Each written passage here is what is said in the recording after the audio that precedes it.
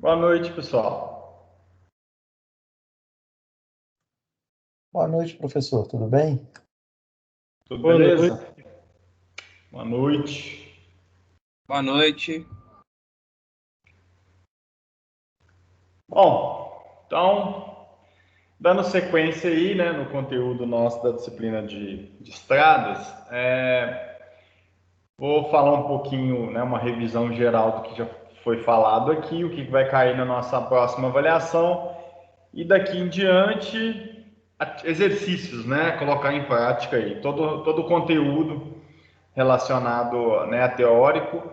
A gente já meio que passou, vou fazer um gancho aí com tudo que foi discutido, a gente começar a fazer os exercícios aí para preparar para a nossa avaliação, né? Que vai ter parte teórica, mas também vai ter parte de cálculos aí, tá? Então, compartilhar nossa tela inicial aqui, só para relembrá-los aí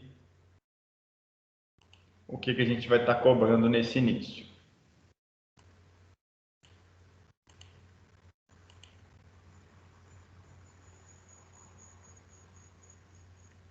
Ver aqui se foi.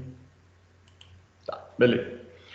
Então, pessoal, o conteúdo, né, que foi passado, que a gente já fechou ele aí, né, da nossa avaliação, vai ser a parte de velocidade de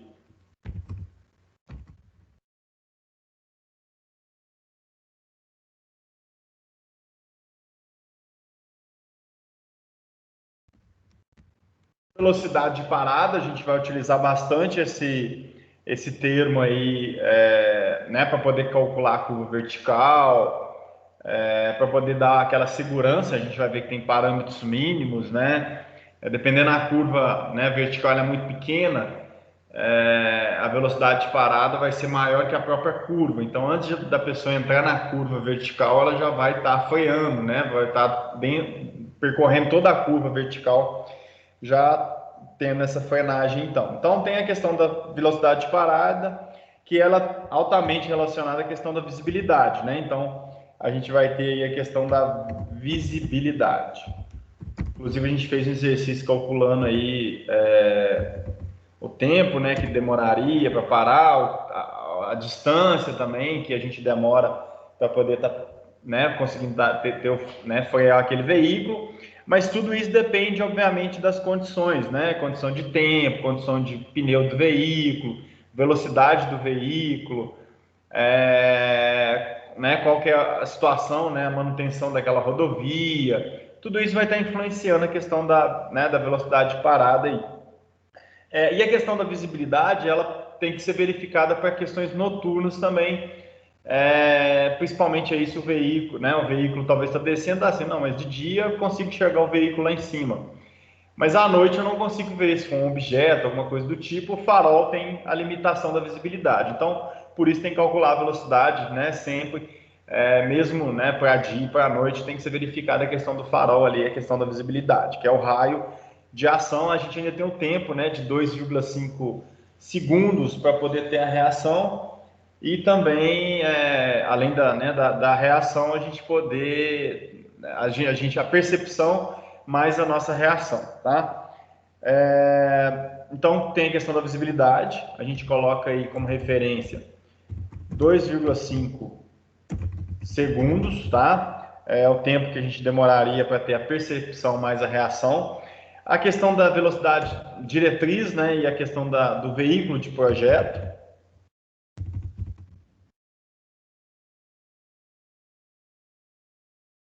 Veículo de projeto também. Por que a gente tem que estudar a questão da velocidade diretriz? A velocidade, né, daquele, né, de acordo com as classes. Para poder fazer todos os cálculos, eu tenho que levar em consideração a velocidade diretriz. A velocidade, o veículo de projeto para verificar a questão de curvas, né, para a gente poder estar calculando a superlargura, a superelevação, tudo tem que ser verificado também. A questão, então, da frenagem, ela vai estar relacionada à velocidade e ao pavimento, entre outros, a gente já tinha falado.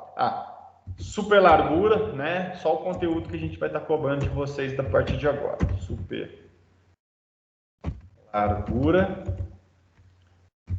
super superelevação.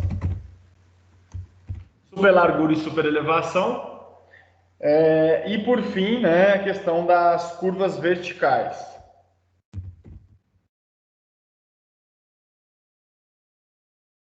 Então, de forma, nossa avaliação vai ser, né, em torno dessa situação aí, onde, né, a questão de cálculo de velocidade de parada, velocidade, né, a questão da visibilidade também. A gente viu, né, a questão de estar enxergando o veículo, né, uma coisa a gente está enxergando de cima e a gente pegando a questão aqui do eixo, né, da estrada. Isso aqui, então, pessoal, né, na projeção aqui, isso aqui olhando de cima, tá? Eu não consigo verificar as curvas verticais. Eu só vou verificar as curvas verticais no momento que eu fizer aí o perfil longitudinal daquela situação. Então, tá aqui, aí eu enxergando esse cara aqui, que eu vou entender como é que é a topografia do lugar. Com a topografia do lugar, eu vou, então, conseguir aí estar gerando as minhas curvas verticais, né? Então, a curva vertical, ela vai ter esse tipo de situação aqui. E por aí vai. Então, eu tenho um número muito maior de curvas verticais do que horizontais em um projeto.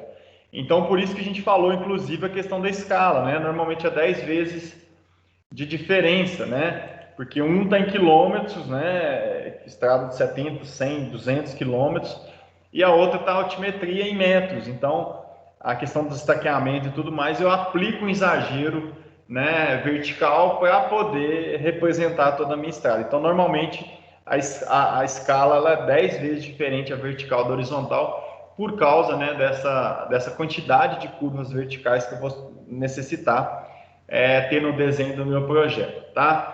A gente viu a questão também da superlargura e superelevação, né? A questão do veículo. Opa, saiu demais aqui. A questão do veículo, né? Quando ele está numa reta e depois ele atinge uma curva, né? A tendência dele realmente é ele continuar nessa reta, né? Sair pela tangente. A gente verificou que as forças atuantes nessa curva, então, eu tenho a força centrífuga. A força centrífuga vai puxar o meu veículo para fora, e para compensar esse cara, né, eu crio a força centrípeta, aonde a superelevação ela vai estar dando contrapeso para que o veículo, né, se mantenha na curva de forma estabilizada aí. Então, a gente vai ver, né, a gente vai ver e vai aplicar essas fórmulas relacionadas com a força centrífuga, centrípeta, relacionada à questão da superelevação, né, a gente vai ver as porcentagens, a questão de rampa também, né, rampa máxima, rampa mínima, e por fim, a questão das curvas verticais também, né, aquele desenho que eu mostrei para vocês. Então, em resumo, né, a gente vai falar sobre tudo isso aqui, tá, teoricamente, e fazendo as atividades aí eu vou colocar, amanhã eu devo estar colocando um exercício, ele já está lá, amanhã a gente inicia a resolução deles. São exemplos práticos aí com relação a isso aqui, para poder dar um embasamento para a avaliação aí de vocês, tá? Ok, deixa eu migrar aqui. Deixa eu mudar o PowerPoint aqui. De introdução era isso. Tá. Vamos falar um pouquinho. Voltar para a tela aqui e compartilhar.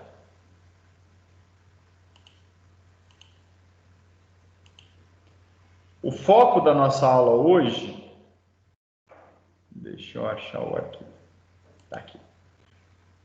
Ainda vai ser um pouquinho a questão das curvas verticais, tá?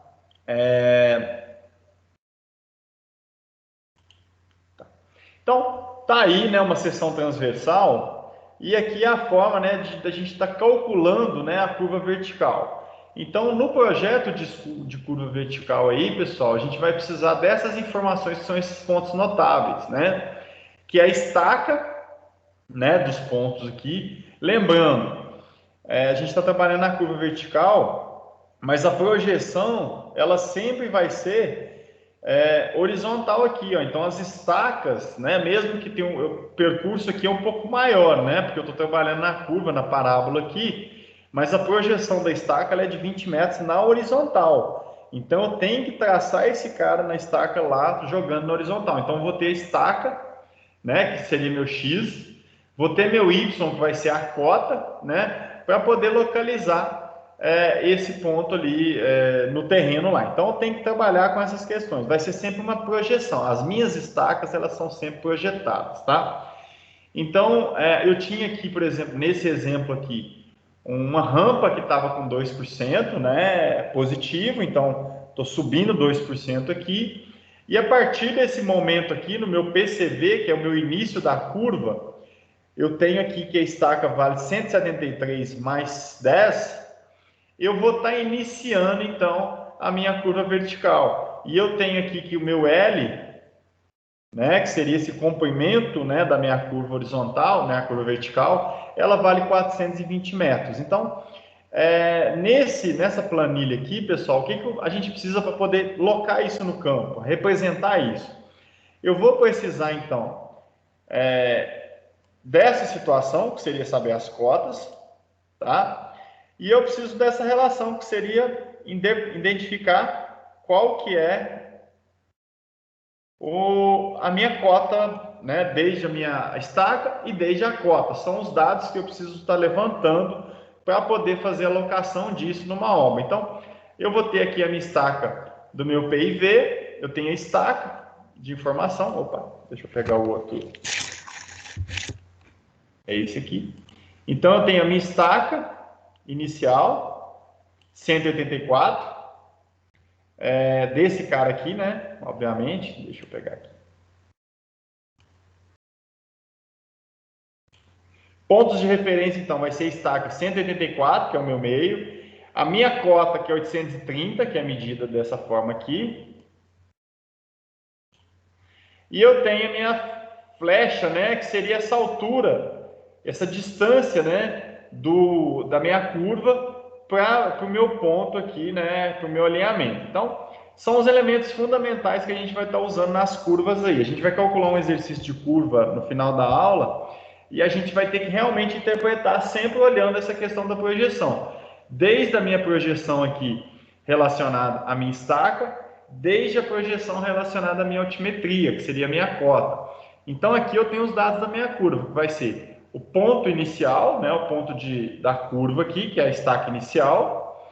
Vou ter o ponto final da minha curva, então o PTV, e vou ter as cotas. Está aqui a cota 821,60, está aqui a cota 825,80 e está aqui, né, o meu desenvolvimento aqui relacionado, né, o meu grade, como é que vai ser minha curva aqui relacionada à curva vertical. Então, em se falando aí de um projeto de estradas de curva vertical, a gente vai ter essa configuração.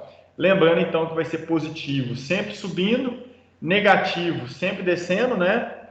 Tá aqui o menos 4, e aqui a representação das estacas sempre no horizontal. Então, a gente não trabalha com essas distâncias inclinadas, a gente trabalha para as estacas, a gente vai estar trabalhando sempre com as estacas na projeção horizontal, tá? Então, tá aqui dois exemplos né, de uma curva aí, né, uma relacionada a côncavo, que seria esse caso aqui, e a minha outra convexa, tá, que seria esse caso aqui. Professor, posso ter alguma dúvida com relação a qual é a diferença de côncavo para convexo? Vocês lembram de alguma coisa relacionada para poder separar o que é convexo e o que é côncavo? Eu tenho uma forma de identificar, talvez vocês não conseguem errar mais.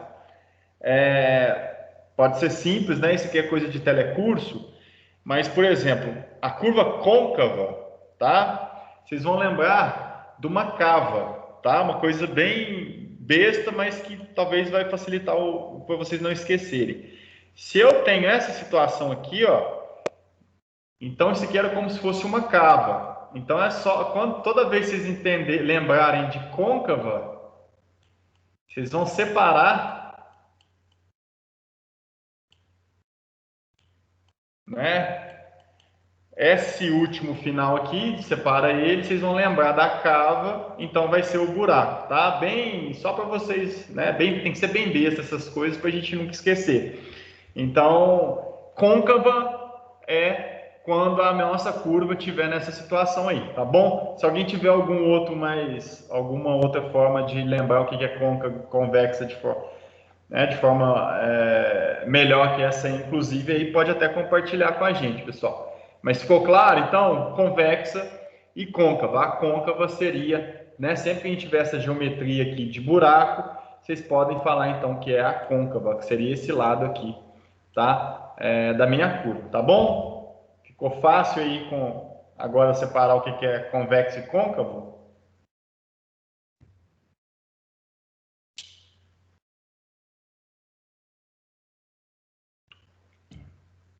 Sim, professor. Tranquilo.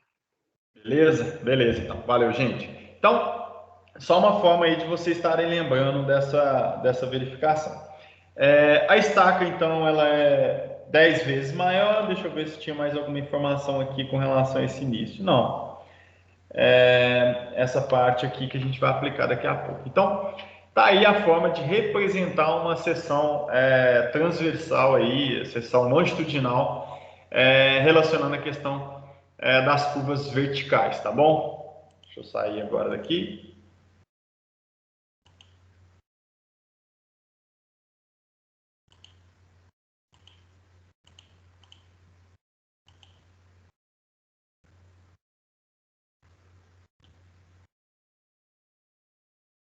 Deixa eu achar aqui o arquivo. Tá aqui então. Então, só para recapitular um pouquinho, a questão, então, a gente falou um pouco sobre a questão da velocidade diretriz, velocidade de operação e distância de visibilidade, tá? Com relação às fórmulas aqui, a gente sabe, então, que o DENIT estabelece as classes de projeto, né? E com relação a essas classes de projeto, a nossa velocidade de projeto, eu vou estar calculando, né, esses tempos de parada, essas distâncias e tudo mais. Então, essa tabela aqui ela vai ser útil no curso como um todo. Então, trabalhou relacionado a algum cálculo, a gente vai ter que recorrer com essa tabela aí com relação às classes de velocidade para definir qual que é a velocidade de projeto, né? Quer ver aqui a parte velocidade de operação, igual a gente comentou. A gente falou então sobre o veículo de projeto também. O veículo de projeto, né, a gente utiliza o CO, que é o caminhão e ônibus convencional, tá? Então, nas nossas estradas aí, eles vão ser calculados, na maioria das vezes, para questão desse tamanho, largura, comprimento. Então, esse é o veículo de projeto para garantir aquele giro, né, pessoal? Aquele desenvolvimento e não fica muito caro a nossa obra aí. Então, normalmente, o veículo de projeto vai ser o CO, tá? Que os órgãos aí, federais, aí, municipais, estaduais utilizam, que é exatamente para a gente calcular, né, essa questão de ampliação da superlargura ali, para os veículos conseguirem desenvolver aquele giro, tá? E a questão da distância de visibilidade, que está totalmente afetada, que depende muito ali vai depender das condições do veículo, condições da velocidade, condições do pavimento e tudo mais, mas existem as formulazinhas lá, vai ser provavelmente uma questão de prova esse cálculo aí do tempo de parada aí de um objeto, que seria o tempo de reação, né? O D1 seria o tempo que ele está vendo o que vai acontecer, até ele acionar o freio, e o D2 é aquele deslocamento. Então, a gente sempre trabalha com essa situação. Você demora 2 segundos e meio, para poder iniciar algum tipo de reação, iniciar alguma frenagem. E isso, numa velocidade muito alta, já é muita distância percorrida. Então, isso é calculado para evitar aí, né, o tempo de percepção, para poder fazer a frenagem do veículo, tá? Tá aí o 2,5, né, que a gente chegou a comentar numa aula passada. Aí a equação, né, final, né, vai virar esse cara aqui para a gente poder verificar. Então a gente chegou a fazer um exercício desse, calculando a distância de visibilidade parada. A gente depende, então, Para esse caso, a gente vai depender da velocidade, né, de diretriz, a velocidade em quilômetros por hora.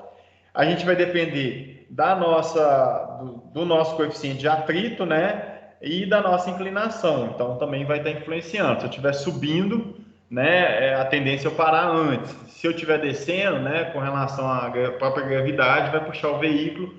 O tempo, o deslocamento vai ser maior também, tá?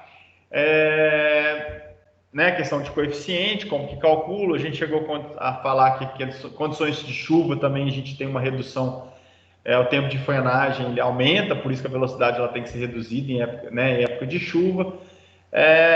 E a questão da dupla visibilidade, é um veículo de um lado e um do outro, você multiplica por 2, é o caso da velocidade de dois veículos de 80 km por hora, se bater era como se eu estivesse somando essas velocidades, né? Então era como se estivesse a 160 km por hora. Então, por isso que essa distância também eu tenho que multiplicar por 2, tá? Acho que com relação a esse conteúdo aqui, né, a gente chegou a comentar, tá ok. Então seriam esses cálculos aí com relação à segurança, tá? Com relação à super largura, o que a gente vai estar cobrando de vocês aí com relação aos exercícios?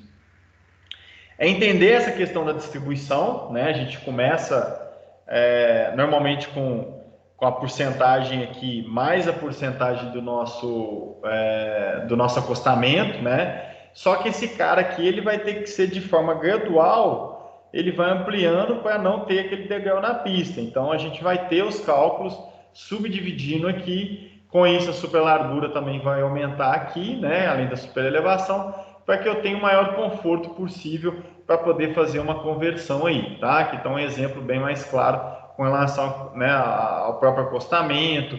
Aqui ele está saindo de uma reta onde ele tem o caimento igual 2% para cada um dos lados. Vai ter um momento que ele vai ficar praticamente horizontal, depois ele está totalmente inclinado aqui. Na curva, né, é a mesma coisa, então na curva como um todo eu vou ter a mesma inclinação, né, que seria a superelevação aqui, e depois eu vou tendo a transição de forma, né, tendo essa transição de forma uniforme, até eu sair novamente, né, de forma mais reta ali na curva. Então, no final da curva. Então, é aquela tendência, né, de garantir ali uma questão de suavizar, né, a velocidade de projeto, ela se manter mesmo eu tendo uma curva, né? O ideal é que seja isso, a velocidade da via é de 100 metros, na curva eu tenho que conseguir ter 100 km por hora sem nenhum tipo de dificuldade, né? A gente viu então a questão da força de atrito, né? E a força centrípeta para poder estar garantindo a questão dessa segurança aí do veículo, né? O mais comum que a gente vai utilizar é sobre o eixo, tá? A gente não deve ter nenhum tipo de exemplo de exercício, né, fora dele.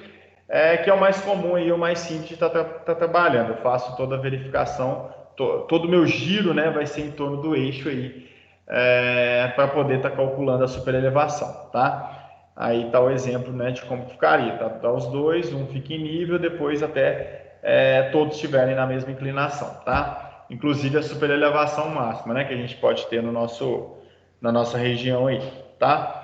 Aí tá as velocidades, aqui com relação ao atrito.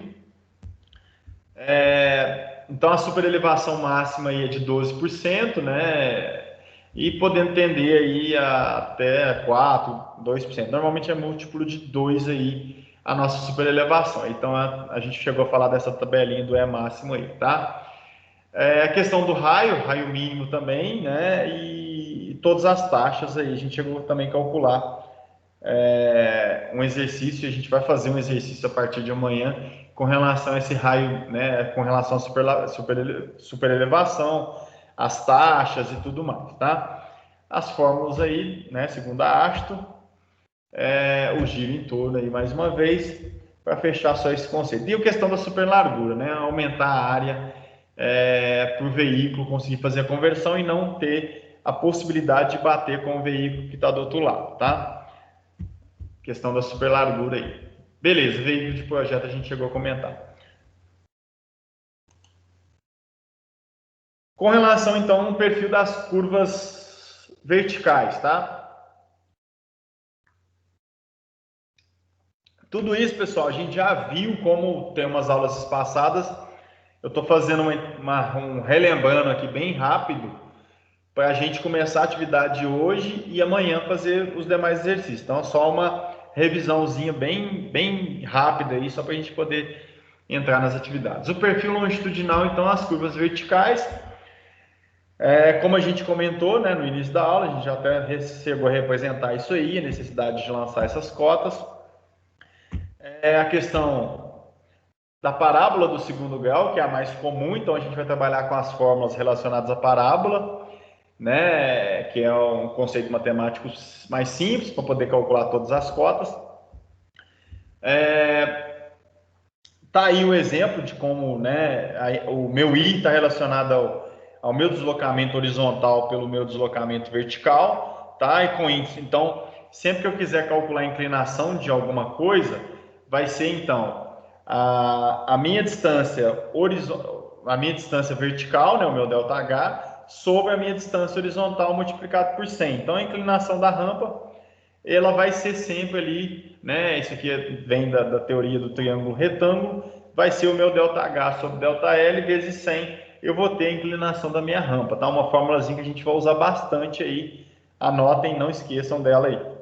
Tá? Então, terreno natural, eu vou fazer a geração da minha curva, eu tenho que achar o PCV, o PIV e o PTV. São os pontos notáveis na minha curva. A gente vai ver um pouco mais para frente esses pontos, né? A gente tem a questão dos grades ascendentes, né? Então, rampas positivas, a convenção é mais, e as rampas negativas ou contra-rampa vai ser a convenção menos, tá? E aqui os pontos notáveis, igual eu falei para vocês, PIV, o PCV e o PTV. A gente vai ter o L, que é o comprimento total da minha curva, o L sobre 2, que está relacionado ao meio aqui do PIV, mas não necessariamente significa o ponto mais alto, tá, pessoal? O ponto mais alto é o V, é calculado, né? Então, não existe essa concordância aqui, onde esse cara aqui sempre vai ser o ponto mais alto, muito pelo contrário, quase sempre não vai ser aí, tá? Vai ser em algum outro divisor aqui que a gente precisa levantar, calcular. Então, a gente sempre vai ter o PCV, o PIV, o PTV, o I1, o I2 e os L's para poder estar calculando, que são os nossos pontos notáveis aí da nossa curva, tá? Então, o comprimento, né, o L é obtido sob a projeção horizontal, né? Então, vai ser sempre no horizonte. E a curva vertical mais utilizada vai ser a parábola do segundo grau, tá? A gente sempre tem que calcular a variação da declividade no grade, ele vai ser útil para poder, inclusive, verificar se é convexa ou côncava a nossa curva, né? Então, eu faço o I1 menos o I2. Se esse resultado aí der maior que zero, vai ser convexa. Se o resultado der menor que zero, dá côncava. Então, se eu tiver inclinação, eu já consigo verificar se vai ser convexa ou côncava meu desenho, meu projeto ali, tá? E as formas aí de estar calculando o nosso L, né? Que vai ser o raio vezes o nosso G, que é a nossa inclinação, né? Então, essa é a fórmula aí de estar calculando o nosso LV, através do nosso, né, do R vezes o G, que nada mais é do que a inclinação de um menos a inclinação do outro, tá? E aí vai virar uma parábola do segundo grau. Parábola do segundo grau é igual a I igual a Z ao quadrado vezes X ao quadrado. O que significa isso aqui? Significa, pessoal, que eu vou ter o desenho. Deixa eu voltar aqui. Significa que com essa equação eu consigo achar, de acordo com esse deslocamento aqui, eu consigo achar a cota de qualquer um dos pontos aqui, ó. É a projeção. Então eu estou andando aqui, ó, e com isso eu estou calculando, eu consigo calcular a estaca por estaca de cada um desses pontos aqui. Por isso que a gente aplica essa parábola. Z vezes x ao quadrado vai ser meu y. Eu consigo então calcular todas as cotas ali de acordo, né, com o meu x. Estou andando a minha estaca para a direita, eu tenho essa relação aqui, essa relação vai me dar minha cota. Então, eu consigo desenhar minha parábola ponto a ponto, tá? Que seria minha curva vertical. Essa, então, é a vantagem, é uma forma que a gente vai utilizar bastante também. As questões das propriedades da parábola, né? Com relação aos pontos, também, isso aí, os pontos notáveis a gente já chegou a comentar, que é o PCV, PIV, PTV, o L, que é a corda máxima da parábola, os eixos, né, X e Y, né, abscissa e ordenada, o nosso raio, a nossa ordenada máxima, que a gente chama de local mais, de flecha máxima, né, aquele ponto mais crítico, as inclinações, que é o I1 e o I2, e o delta, que seria o nosso J aí, qual que seria a diferença de um para o outro, tá? Tá aí a forma, então, aquilo que eu falei para vocês, I1 menos I2, eu vou ter o J, se ele for menor que zero, vai ser côncava, e se ele for maior que zero, vai ser convexa, tá? Aí está o exemplo, então, das convexas, e aqui o exemplo das côncavas, né? Aquele negócio que eu falei da capa. Ok, então, né, algumas formas de poder estar calculando todos os valores e tudo mais. Lembrando, então, que o meu V vai ser o meu ponto mais alto, né, aonde eu vou ter que calcular depois a questão, tomar um certo cuidado com relação à drenagem, né, a gente vai ver isso aí lá mais para frente, questão da drenagem, mas é um ponto notável importantíssimo aí, tá? Aqui é só mostrando, né, e trecho a trecho, essa verificação de como utilizar, de como gerar essa parábola depois, tá? A equação da parábola é só para poder chegar no nosso resultado final.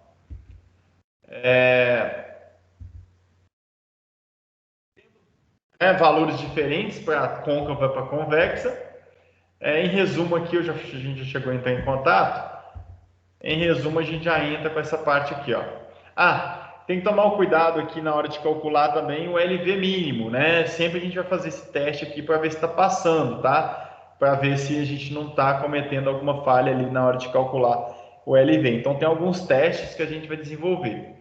A questão das rampas máximas adotadas, a gente chega aí até 9% de rampa. Depois eu vou mostrar aqui o decreto, a legislação federal. Quem quiser criar um novo loteamento tem que seguir ela. Quais são as rampas? É diferente, tá? Isso aqui é para uma rodovia. Vou mostrar para a área urbana daqui a pouquinho. Outra coisa, pessoal, questão até de prova que eu vou cobrar de vocês com certeza. A gente nunca vai ter uma inclinação 0%, tá, na nossa pista. Nunca. Porque se eu tiver 0%, eu vou ter alagamento, eu vou ter aquaplanagem no meu terreno. Então, nos trechos onde estiver reto mesmo, estiver plano, vai ter no mínimo, né, nossa inclinação vai ser de 0,5%, para que tenha esse escoamento da água, tá? Então, se algum momento vocês entenderem, interpretarem que vai ter 0% lá, isso não corresponde, tá? Eu preciso ter uma inclinação. Essa água precisa ir embora, eu não posso ter o zero lá, tá? Tá aí, né, o exemplo que eu mostrei para vocês. Antes de entrar na sequência dos procedimentos, que aí a gente já vai fazer o exercício, eu vou falar para vocês a questão do decreto, né, a questão de legislação de rampa, tá? Em área urbana. Como que funciona a definição de área, né? Eu quero criar um loteamento novo. O que eu preciso definir no loteamento? Um loteamento, para existir, primeiramente, tem que estar em área de expansão urbana. O município tem que ter criado uma lei definindo os parâmetros né, da sua expansão urbana. Definiu. Eu tenho uma fazenda bem colada na cidade, inclusive a rua da cidade chega até minha fazenda. A minha última, né, eu tenho acesso direto. Eu vou chegar na prefeitura, então vou verificar. Se existe a lei, que lá é expansão urbana, eu posso entrar com um processo chamado diretrizes básicas para loteamento. O que seria essas diretrizes básicas para loteamento? Era como se fosse lá a informação básica de um lote que vocês pedem para poder construir uma casa. Lá vai estar falando o que vocês podem fazer no loteamento. Você tem que doar 35% de área pública, os seus lotes têm que ter no mínimo 200 metros quadrados, tem que ter 10 metros de frente, e por aí vai. Então, são as características, é a revisão da legislação que a prefeitura vai te passar. Quais são os parâmetros que ela utiliza para parcelamento do solo? Para o novo loteamento, tá? A gente está falando agora de um eixo viário em área urbana. O primeiro parâmetro, né, é o federal. O federal é a Lei 6766, que é a Lei de Loteamentos. Lei de Loteamentos 6766 de 79. ela não traz parâmetro de via, tá? Ela não vai trazer essas informações de via. Aí ela só dá a norma geral, a gente chama de norma geral porque ela fala quais são os parâmetros mínimos. No mínimo tem que ser lote 125 metros quadrados, não pode ter lote em APP e tudo, é aquele parâmetro genérico, né? Com isso, o município vai ter no seu plano diretor, na sua lei de uso e ocupação do solo, os parâmetros mais detalhados, tá? Então, assim, se o município tiver um plano diretor viário, ele vai ter lá todas as informações de largura de via, de rampa máxima de via, essas informações básicas aí com relação. Mas 90% dos municípios não tem essa relação, não tem talvez essa legislação relacionada à parte técnica de viário. Aí, por exemplo, a gente que trabalha na região metropolitana, a gente tem, inclusive, o loteamento, o parcelamento, ele precisa de ter uma anuência prévia, como se fosse uma anuência do Estado. O Estado não é uma aprovação, é só um ok. E para dar esse ok, ele criou uma legislação, que é o decreto aí 44646, que define alguns parâmetros, tá? Para loteamento e também, inclusive, para largura de via, rampa de via, né? E tudo mais. Então, ele traz algumas informações aí também. Então, quando a gente está em região metropolitana aqui, a gente vai pedir as diretrizes municipais e vai pedir as diretrizes metropolitanas. O que seriam essas diretrizes metropolitanas? Seria um resumo da legislação estadual que atende nessa região. Então aqui, né, essa lei ela fala sobre a parte de loteamento, traz a questão do loteamento e tudo mais, questão de preservação, quais são os documentos, os projetos necessários, né, para poder aprovar um loteamento, né, aqui tá, ó, planta baixa, curvas de nível, indicação de recursos hídricos, arruamentos, localização das vias de comunicação, são as coisas básicas que a pessoa tem que apresentar, né? Para poder depois aprovar o projeto. Aí, vamos lá na parte onde que fala a questão das rampas, tá? Aí vem os anexos. Os anexos aqui falam o que seria, né? A convenção de via arterial, via coletora, via local, via de pedestre e ciclovia. E aqui vem o quadro com relação à porcentagem máxima permissível de rampa, tá? Então, podem verificar aqui que uma pista, vamos dizer assim, uma local principal, né, que tem que ter no mínimo 17 metros de largura, ela vai ter, então, né, questão com, né, passeios laterais de 3 metros, largura mínima de estacionamento de 2,5 e a largura mínima por faixa de 3 metros. Então, nessa aqui que eu estou pegando, que é um local principal, eu tenho que ter duas faixas de 3 metros de cada lado, né? E vou ter duas faixas de estacionamento. Estacionamento já pode ser 2,5. E os passeios de 3 metros, fechando meu 19, 17 aqui.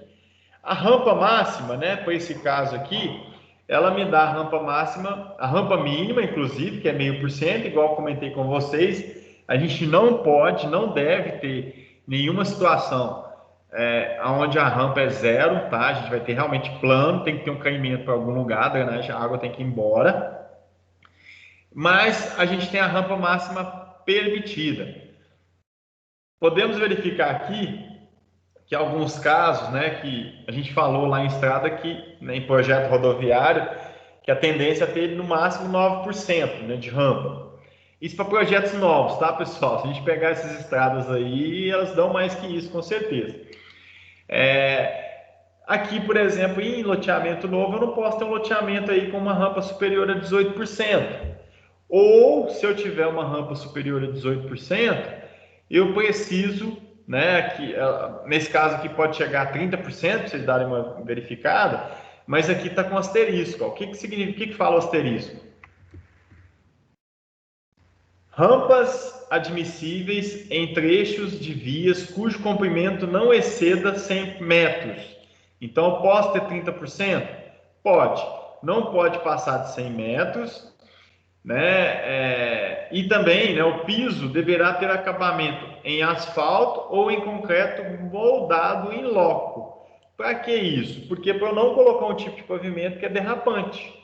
Então tem que tomar muito cuidado quando eu for calcular os projetos geométricos de novos loteamentos para atender essa legislação também. Então ela é um pouquinho mais permissiva, obviamente, porque é área urbana, né? Não precisa ter 9% apenas de rampa, mas eu tenho que atender, eu tenho que chegar a verificar essas questões de rampa e tentar ajustar, adaptar com relação ao meu loteamento novo, tá? Então isso aí tem que ser avaliado na hora de apresentar o projeto geométrico, tá? Então foi só para mostrar para vocês que a gente tem os parâmetros né, para fins de estadual, novos loteamentos. Esses parâmetros aqui servem como referência caso o município não tenha alguma coisa melhor que isso, tá? Na maioria dos municípios realmente não vai ter, tá? Ok? Então, vamos aqui para fechar a questão do resumo das curvas e entrar no exercício nosso de hoje.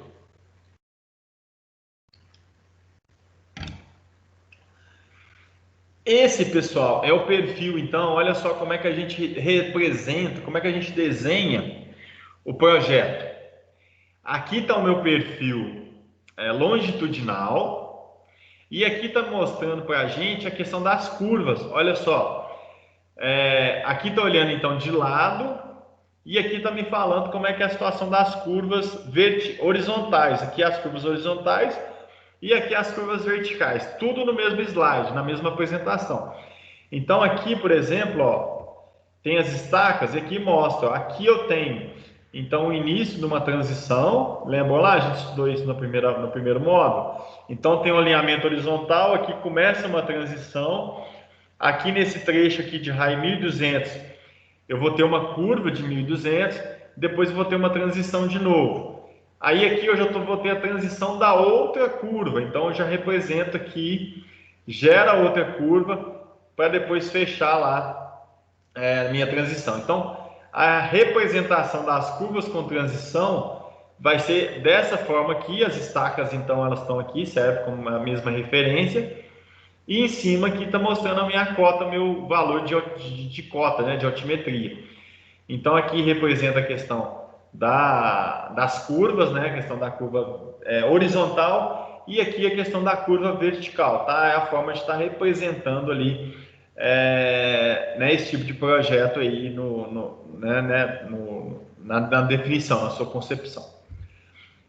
Aí a gente chegou a falar sobre esses pontos notáveis, como que calcula, né, a questão dos pontos notáveis também, aonde eu tenho que, então assim, até bem simples, né, a gente precisa exatamente das propriedades aqui, eu tenho que meu PIV menos meu PCV, PIV menos meu PCV é igual ao meu PTV menos meu PIV, que é exatamente isso aqui, pessoal. Isso tudo vale L. Aqui no PIV é exatamente a metade. Então, eu vou ter L sobre 2, para poder estar fazendo esses cálculos. Então, na hora de calcular a estaca do PCV, tá? Vai ser o meu PI menos o meu L sobre 2. Então, bem simples na hora de calcular a estaca. Basta eu pegar essa estaca, menos esse pedaço aqui, horizontal sempre, eu vou ter meu PCV. E para calcular as outras estacas, né, que é a questão com relação à declividade, isso aqui, ó, menos I vezes LV sobre 2, eu estou calculando aquela questão da inclinação, que é a questão da cota, tá? Então, para fechar a estaca do PTV, vai ser o PIV mais L sobre 2. Então, calculei a estaca do PCV e estaca do PTV. Estou falando aqui, então, a questão do X, tá?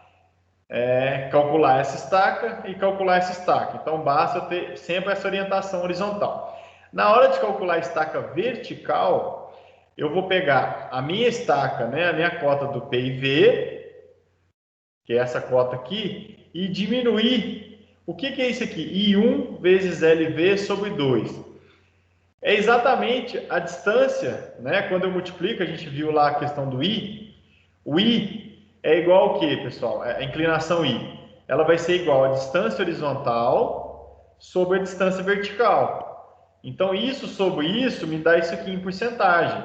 Então, se eu quiser saber, por exemplo, esse valor aqui, ó, que é a altimetria aqui, ó, eu vou então só trocar, só inverter essa função aqui para poder chegar nesse ΔH aqui. Então o ΔH ele vai ser dado por essa fórmula aqui, I vezes LV sobre 2. Então com isso eu consigo calcular a cota desse cara, calculei a cota desse cara, eu consigo calcular essa cota desse outro cara, que seria esse H, essa diferença de nível aqui, tá? A gente vai fazendo exercício esses cálculos aí para facilitar o entendimento, tá? Aqui então está um resumo, né, de como que faz os cálculos. A minha cota inicial PCV vai ser 0 e 0, então eu chamo esse cara de 0 e 0, por exemplo, e consigo calcular todas as cotas do PTV, PIV, UMM e o V, que são, né, as unidades, em achar o X e achar o Y aí, tá? Então, como eu falei, a questão das curvas verticais convexas, né, a gente sempre tem que trabalhar, aí está a fórmula de como calcular o nosso LV, né, através do módulo, tá? Esse aqui é o módulo da nossa inclinação, né, vezes DF sobre 4,04, isso para convexas, que é diferente a nossa fórmula das quando a gente fala em côncavas, é diferente das convexas, a forma vai mudar. Em resumo, está aqui, ó. Então, nosso LV para convexa, né, vai ser através dessa fórmula, e o nosso para côncava vai ser através dessa fórmula aí. E o nosso mínimo absoluto de LV vai ser 0,6 vezes veículo de projeto. É só para poder realmente ver se isso aqui vai atender. E normalmente a gente joga isso com um valor inteiro, tá? Uma estaca inteira para não dar nenhum tipo de dor de cabeça. Então, em resumo, né, isso aqui é a forma de estar podendo estar fazendo esses cálculos aí. Então, vamos lá fazer o exercício. Para fazer o exercício, qual que é o procedimento? A gente vai aplicar esse procedimento aqui no exercício. A gente vai calcular a diferença, né, o J, que seria a diferença de rampas, né? E para definir se é côncava ou convexa. Depois a gente vai calcular o L mínimo através dessa fórmula, 100 vezes J vezes K, aonde o K ele vai ser diferente para côncava e para convexa, tá? Então, por isso a gente tem que verificar se é convexa ou se é côncava na hora de calcular aqui. Depois a gente vai definir aí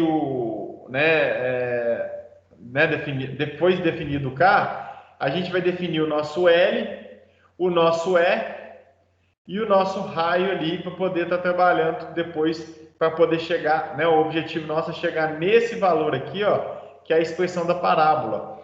Que nem eu falei para vocês, eu preciso da parábola para poder calcular a cota em qualquer um dos pontos. Isso aqui é uma função. Então, à medida que eu vou entrando com a informação da estaca, eu vou tendo ali... Deixa eu colocar aqui, peraí, aqui. Então, a partir do momento que eu tenho essa função, eu tenho Z, que ele vai ser calculado, 4 vezes E sobre L sobre 2, vezes X ao quadrado. Eu vou entrando aqui, ó, 1, 2, 3, 4, eu vou obtendo um valor para o meu Y. Então, minha cota, eu consigo calcular a cota em todos os pontos ali do meu gráfico, tá? Então, é por isso que essa simplicidade de poder estar calculando as curvas verticais. E depois eu calculo o PCV, o PTV e o PIV daquele jeito que eu falei para vocês. É só somar L sobre 2 ou reduzir L sobre 2 para poder estar calculando os exercícios, tá bom? Então, em si, né, módulo da segunda prova é isso aí, tá? A parte teórica como um todo. Vamos fazer um exercício aqui para fechar essa parte aqui dessa sequência aqui de curva vertical. Vamos lá.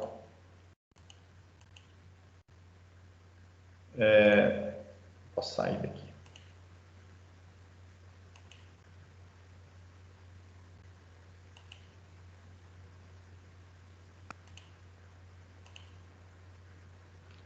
Então, vamos lá.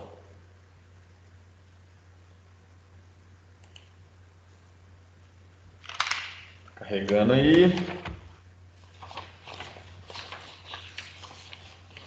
Esse é um exemplo onde a gente vai calcular todos os parâmetros da nossa curva aí, tá? Da nossa curva vertical.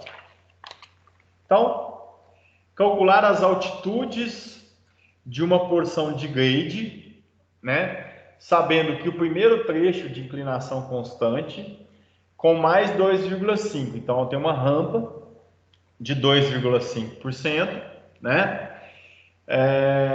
Tem como referência inicial a estaca 350. Então, tá aqui a cota 350 aqui, tá? A nossa estaca e a cota 645,37. Então, eu tenho esse valor dessa cota aqui no vertical. E eu sei que ela termina na cota 357, então é aqui onde eu vou ter a divisão entre uma rampa para outra, né, nesse caso aqui, e com o valor aqui relacionado à estaca, que é a 357. E eu vou ter que é 4% para baixo, estou descendo 4%, para estar chegando ali no meu PCV final, né, que é o 365, né, o final na estaca 365. Então, o que ele pede? Ele quer que eu calculo tudo aqui, quer que eu calculo o PIV, o PCV, eu quero calcular todas as estacas, quero calcular a inclinação aqui, né, a diferença de inclinação, quero saber se é côncava ou convexa, realizar todos os cálculos que a gente desenvolveu lá, tá? Então, assim, a primeira coisa, eu vou ver a questão da estaca total, né, a distância total desse cara como um todo. A gente tem, então, do 350 até o 365. Não significa que a minha curva vertical ela vai ser isso tudo, não, tá, pessoal? Isso aqui, ó, é igual quando a gente fez a curva vertical. Isso aqui é só um pedacinho. A curva ela pode começar em algum outro ponto aqui, ó. A gente vai calcular isso agora. Tem que chegar nesse valor. Então, a primeira coisa é calcular quanto que é a distância total desse cara aqui, ó.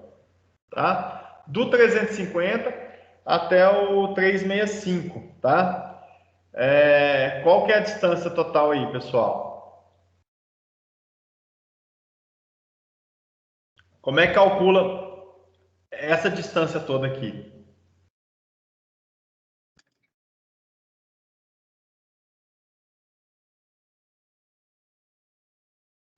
Agora eu vou precisar de vocês e a gente vai calcular os trem aí.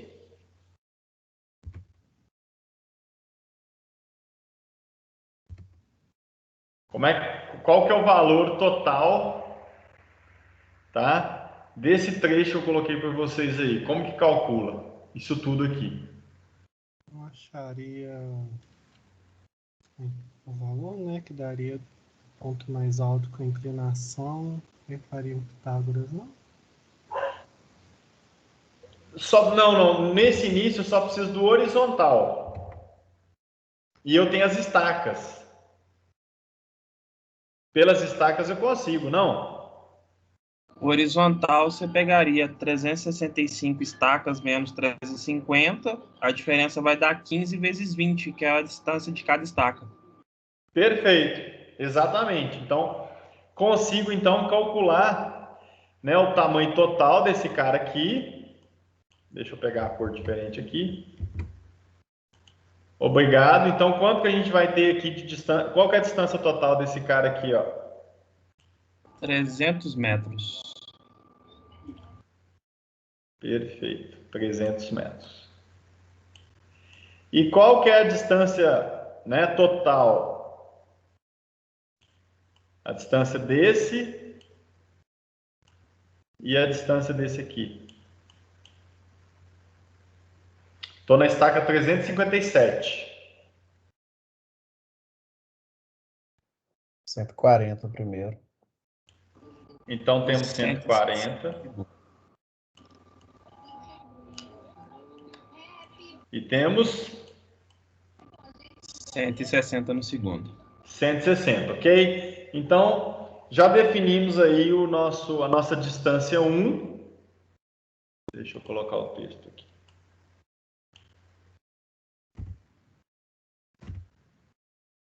A distância 1 vai ser 140 metros. E a distância 2 vai ser 60 metros. Ok. Agora vamos calcular a diferença de nível, né? O que eu cheguei a mostrar para vocês? Como é que calcula a inclinação, nosso I, a fórmula do I? Vou colocar aqui que o I... ΔH sobre ΔL, V100. Isso, obrigado, Flávio. ΔH sobre ΔL, né? Isso em porcentagem aí. Então, eu estou querendo ΔH agora, não é isso, pessoal? Eu não quero ΔH, por exemplo, daqui para cá, depois eu quero ΔH daqui para lá, tá? Então, qual que vai ser nosso ΔH? Nosso H vai ser igual, então, a I vezes L. Por isso que a gente calculou ali, né? Por isso que a gente calculou o 140 e o 160, para poder calcular a vertical, tá? Então, eu preciso saber qual que é a minha base para poder aplicar. Eu tenho o I e o L eu calculei. Então, com isso, eu já consigo calcular qual que é a diferença de nível desse cara para esse e consigo calcular qual que é a diferença de nível desse cara para esse outro cara aqui. Então, deixa eu pegar aqui o texto que fica melhor. Quanto que vai ser o meu H1? Vou fazer devagar aqui. H1 vai ser igual ao quê? É isso mesmo, né? Deixa eu ver aqui o que eu fiz aqui. Eu fiz o I... Não, tá certo. 2,5 O nosso... vezes 140 metros. Isso. 2,5. Só que está em porcentagem, né? Então a gente já joga aqui 0,025, não é isso? Perfeito. Já estou dividindo por 100. Vou colocar aqui, fazer devagar aqui, só porque como é o primeiro, vocês... 2,5 dividido por 100. Vou abrir um parênteses aqui.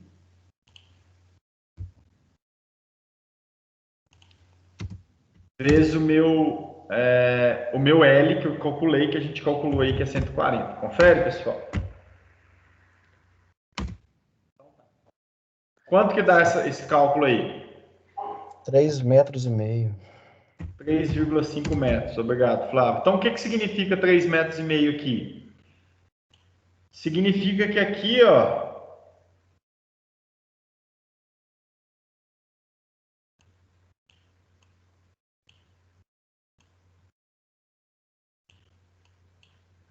na hora de calcular aqui, o meu ΔH vai ter 3,5, ok? Então, a cota desse cara aqui, ó, levando esse cara em consideração aqui, ó, ela tá mais 3,5 aqui. Então, na hora de calcular a cota desse ponto, vai ser o quê? 645,37 mais 3,5, né? Eu consigo calcular a cota ali, então, desse primeiro ponto aqui. Então, vamos calcular a cota aqui.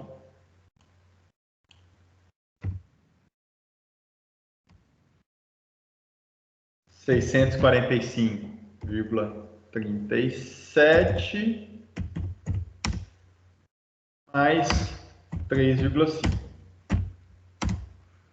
Ok? Que vai dar quanto?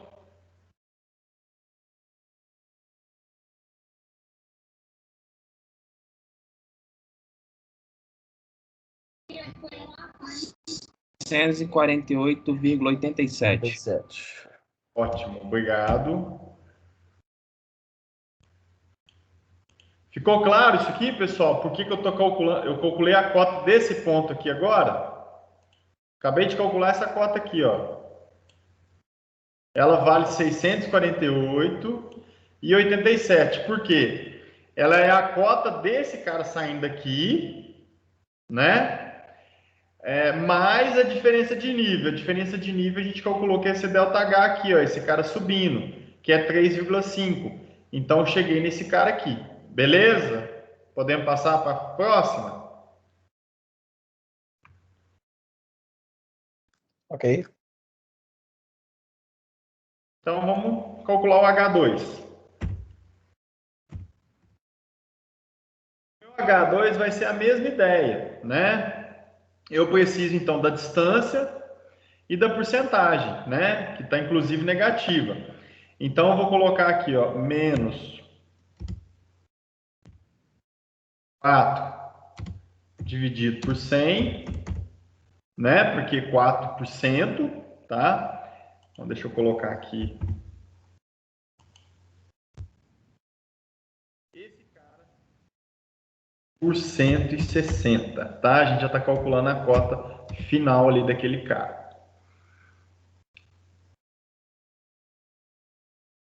Quanto que dá isso aí? Menos 6,4. Perfeito. Menos 6,4. Então, como é que eu calculo agora a cota então do CI2? O meu CI2 O 648 menos o 6,4. exatamente, a gente vai pegar então 648,87 menos o nosso 6,4. Eu estou aqui, ó, a cota desse cara aqui vale 648,87. Eu estou descendo isso tudo aqui, ó, que é, eu fiz, né, aquele cálculo do nosso D aqui para achar o H, né, a distância vezes a inclinação aqui para achar o H. Então, eu vou chegar aqui no valor da nossa cota desse cara aí, que deu quanto? 642,47. Ótimo. Beleza, calculamos CI1, CI2. Aí agora, a gente pode calcular o nosso J, tá? Seguindo aquele passo a passo que eu coloquei para vocês, tá, pessoal? A gente está seguindo esse passo a passo aqui, ó. Deixa eu mostrar ele aqui, ó. Então, tem até uma receitinha de bolo. É seguindo o passo a passo com as fórmulas. Deixa eu tentar mostrar ele aqui.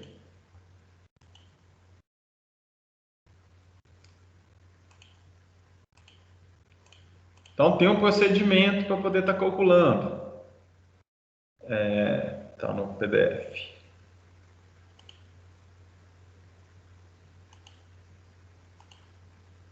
Então, essa sequência aqui, ó, tá?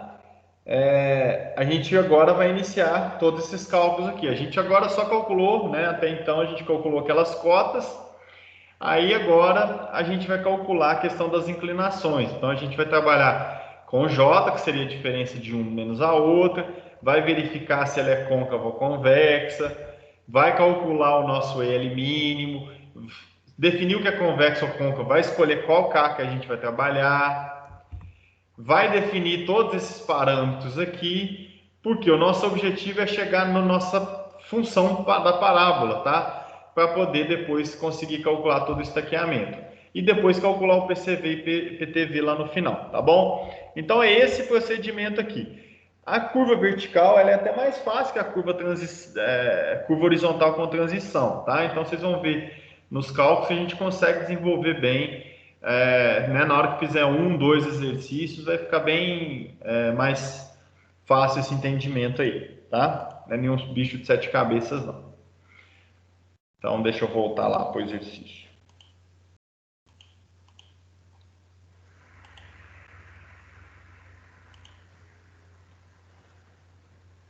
Então, deixa eu expandir para cá. Então, com isso, calculamos C1, calculamos C2, já tem umas cotas aí. A gente vai calcular o nosso J. Deixa eu pegar o texto aqui. O J é igual a I1 menos o 2. I1 menos I2. Que vai ser igual ao quê? 2,5, né? Menos... Opa! Menos 4.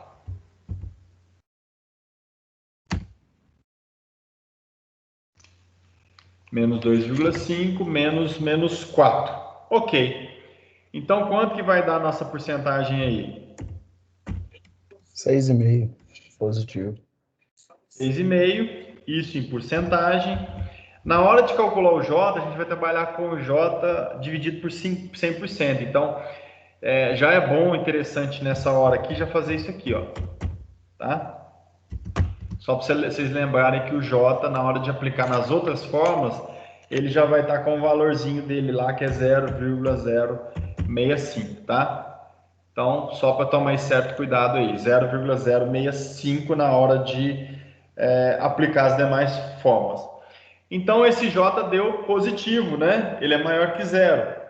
Se ele é maior que zero,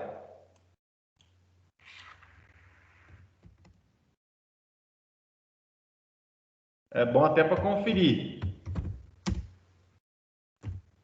Significa que é convexa. Então, tranquilo. Sabemos que ela é convexa mesmo. Então, tá. Passamos no teste do J. Agora a gente vai calcular o K. O K a gente tem que aplicar, vocês viram lá no slide anterior, que o K a gente tem dois tipos de K. Tem o K para convexa e tem o K para côncava. Por isso que eu tenho que saber se ele é maior ou menor que zero. Então, nesse caso aqui, né, eu vou utilizar o K. Se vocês forem ver lá o K lá no exercício lá, a fórmula dele é essa aqui, ó, K igual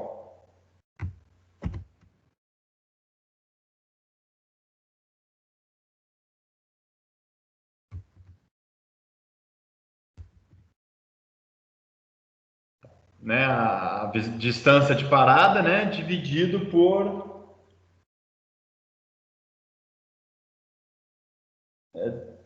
ao quadrado aqui, dividido por 412. Tá. Então, a distância de visibilidade de parada foi dada no exercício. Tá aqui, ó. 100 metros. Então, basta aplicar o K aqui dessa forma. Então, vai ser 100 ao quadrado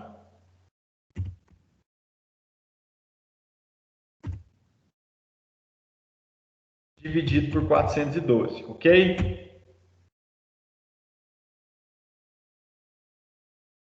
Quanto que dá isso aí? 24,27. 24,27. Obrigado.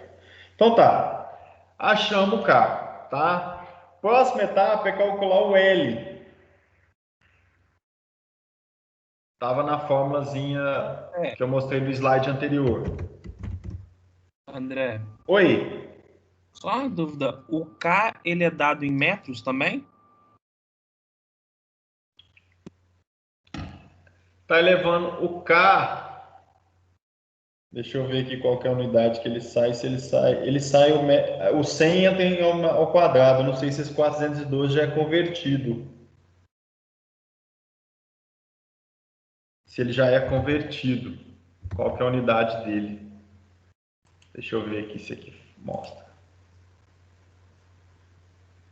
Eu não sei se esse 412 já faz a conversão. Sei que eu não estou lembrado.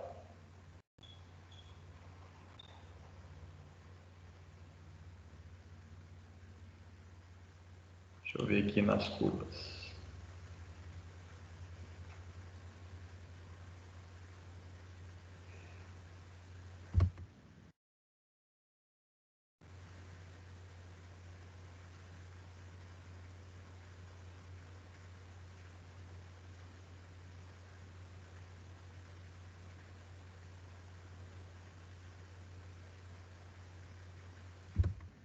Não, depois eu dou uma conferida qual que é, se esse 412 aqui já é algum tipo de conversão dele, tá? A princípio, vou ter que verificar, tá? Beleza? Eu vou dar uma conferida e depois falo qual que é a unidade dele. Não, beleza. Porque a princípio a gente trabalha com ele sem unidade. Vocês têm que colocar alguma unidade aqui, tá? Cálculo do L, então. O L vai ser igual ao R vezes J, que é o raio vezes o nosso J. Espera aí que eu perdi a tela aqui. Achei. O L vai ser igual ao R vezes o nosso J. O nosso raio também foi dado, tá aqui, ó. Vou pegar aqui a canetinha. Raio mínimo 700 metros. Então, vamos aplicar aqui.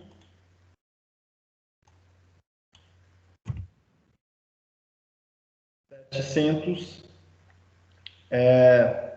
vezes 0,065. Tem que lembrar sempre, pessoal, né, que aqui já está dividindo já. Estou trabalhando com valor em 0,065. Então, nosso L, né, mínimo aí, ele vai dar 45,5. ótimo, 45,5 metros. O 45, né, isso aqui no exercício ele pediu inclusive para arredondar para estaca. Então, nesse exercício a tendência é trabalhar com 45,5, a gente jogar, arredondar isso. A referência é uma convenção, é trabalhar com 60 metros, que é a estaca mais próxima, né? A gente não arredonda para menos, né? A gente arredonda para mais. Então, o nosso L mínimo seria 45, mas a gente vai preferir aqui trabalhar com 60, né? Só para poder gerar esse cálculo aí, tá? Só que a gente tem que conferir agora o nosso outro L mínimo, que é aquele que eu mostrei para vocês, que no final ele vai jogar, né, a questão das estacas aqui. A outra fórmula do L mínimo, então sempre tem que validar, tá? Tem que pegar as duas estacas para poder estar validando aí. O outro fala que o L mínimo é igual, tá? A fórmula L a gente tem que sempre pegar a mais restritiva. O L mínimo é igual a 100 vezes J vezes K. Vai ser igual. O nosso 100 já está lá. O nosso J, 0,065. E o nosso K, ele vale 24,27.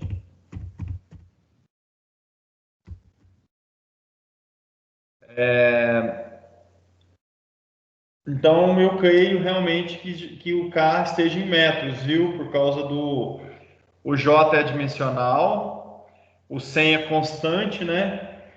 Então, o K foi dado em metros, que aí já vai dar o valor em metros, tá? Tá lá, tá subentendido aí que vai estar em metros, tá bom? Então, quanto que vai dar nosso L mínimo aí?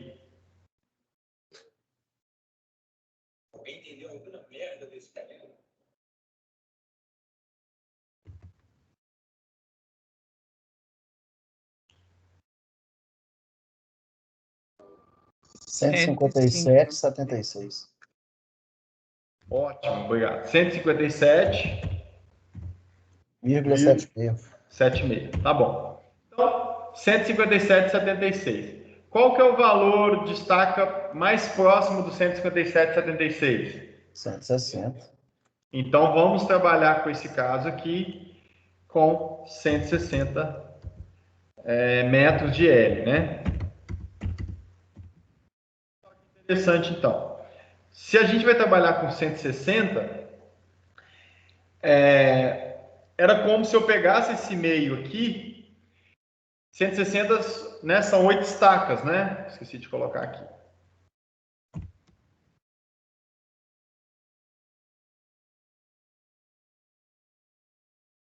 Se são 8 estacas e eu estou aqui no meio, eu vou jogar o quê? 4 estacas para cada lado. Não é isso? Então vamos jogar aqui, ó. 1, 2, 3, 4.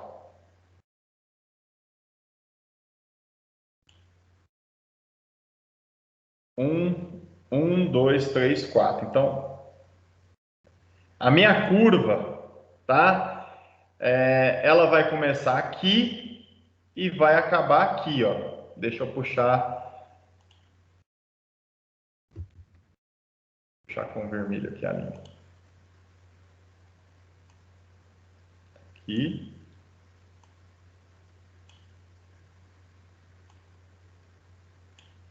Então é isso, o meu L sobre 2 vai ser 80, não é isso? O meu L total vai ser 160 e a minha cura ela vai ter isso aqui, ó. Alguma coisa desse tipo aqui, ok? Então a gente já calculou aí, né, com relação ao nosso L, né? O nosso L padrão vai ser 160 para esse exercício, tá bom? Até aí tudo bem, pessoal? Tranquilo, professor. Beleza.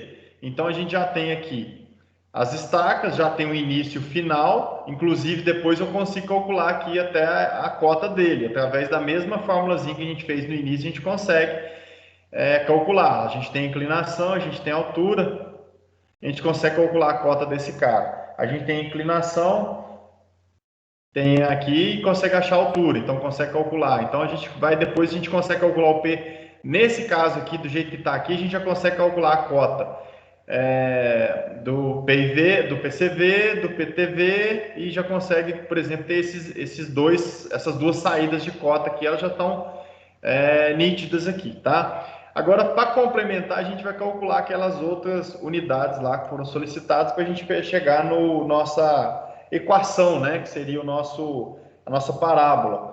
Nessa equação, a gente trabalha com a calcula ordenada máxima, tá? Que vai ser o nosso E. Nosso E, ele vale módulo de J. Deixa eu ver como é que eu coloco o módulo aqui. Módulo de J. Tá? Está naquele formulário lá. Vezes o L. Isso aqui dividido por 8, tá? Então, calculando isso aí, vai ser 0,065 vezes 160 dividido por 8, tá? Vai ser nossa ordenada máxima, seria essa distância, né, da nossa curva até o nosso ponto ali, tá? Nossa ordenada. Qual que vai dar esse valor aí, pessoal? 1,3 metros. Ok.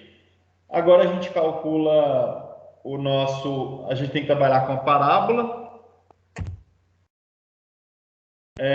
A nossa parábola, ela chama y é igual z vezes x ao quadrado. Isso aqui é a equação geral da nossa parábola, tá? Opa. Então vamos lá, vamos calcular os demais valores aí. Como é que calcula o z? Pela fórmula, o nosso z é igual a 4 vezes o E que a gente calculou agora, dividido por L elevado ao quadrado. Isso aqui vai ficar igual, então, 4 vezes o nosso E vale 1,3, dividido pelo nosso L, né? O nosso L aí vale 160, né? Ao quadrado.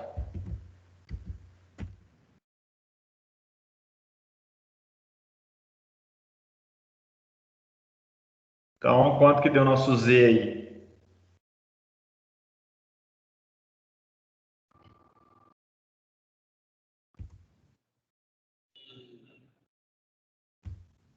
Teve meio de algumas transições, não sabe como compensar os sistemas. E no meio desse trajeto, a gente acaba se perdendo. Infelizmente, André, eu coloquei em potência de 10. 2,03125 vezes 10 a menos 4. Sim, isso aqui, né? Dá um valor muito baixo. Tá, não, beleza, não tem problema não. Tá ok, então o nosso Z, né, foi dado com relação a esse valor aí. E então agora a gente já tem a equação da parábola. O nosso Y vai ser igual Aí, como a gente está trabalhando com uma curva,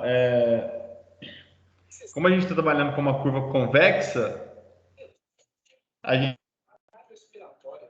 Aí não vai ter estava sendo menos esse 0,000203125 vezes o nosso x ao quadrado.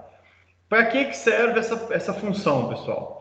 Lá talvez na aula da semana que vem, a gente vai pegar essa função, a gente pode jogar, por exemplo, na planilha de Excel, e você vai jogando as estacas aqui, ó, tipo 5, aí você vai achar a cota, 10, aí você vai achar a cota, então 20, você vai achando todas essas cotas, então eu consigo, através do horizontal, eu consigo calcular o vertical, então eu consigo lançar todos os pontos da minha curva vertical, então o objetivo dessa parábola é exatamente eu representar isso tudo aqui, ó. Então, qualquer unidade que eu entrar, eu vou entrar com X, vou chamar aqui de 0. Vou entrar com 20, eu acho essa cota aqui. Vou entrar com 40, eu vou achar essa altura aqui, tá? Então, eu vou trabalhando com todas as cotas. Então, eu considero esse cara como sendo 00, esse carinha aqui. E esse carinha sendo 00, eu consigo calcular todas as alturas desses outros caras aqui. Depois eu só pego a cota dele de referência e somo com os demais. Eu consigo lançar todo o meu desenho de forma, vamos dizer assim, se fosse para lançar de forma manual, eu faria essa curva aqui desse jeito, tá? Utilizando a nossa equação da parábola, tá bom? Ok até aí? Ok, André. E por fim, né, a questão, vamos calcular nosso PCV e nosso PIV e PTV, que também está bem simples aí, né? A gente já até, né, já tá na cara aí com relação ao cálculo, né? A gente já tinha achado o nosso PCV, que é o 353, né, pessoal?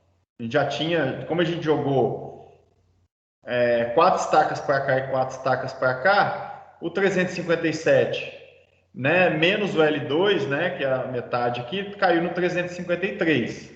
Então, nosso PCV aqui, ó, vai ser igual ao nosso 353. Já o nosso PIV, a gente já tinha o nosso PTV, ele vai valer o 361, que a gente tinha calculado anteriormente, tá?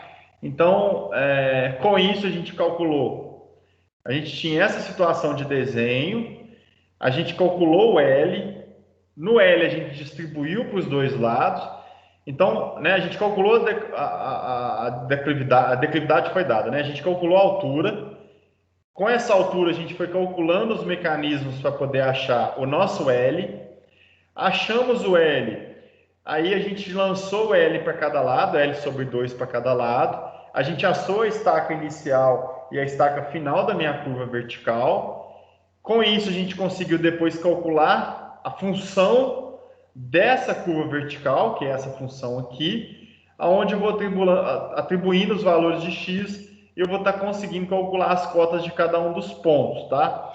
Então, se eu quiser tirar, por exemplo, fazer a prova de cálculo de cota e tudo mais, é só eu pegar essa cota aqui, ó, essa cota de cá, tira a diferença de nível aqui, igual a gente viu, né? Essa distância aqui são 3 cotas, então 20, 40, 60, aqui tem 60 metros.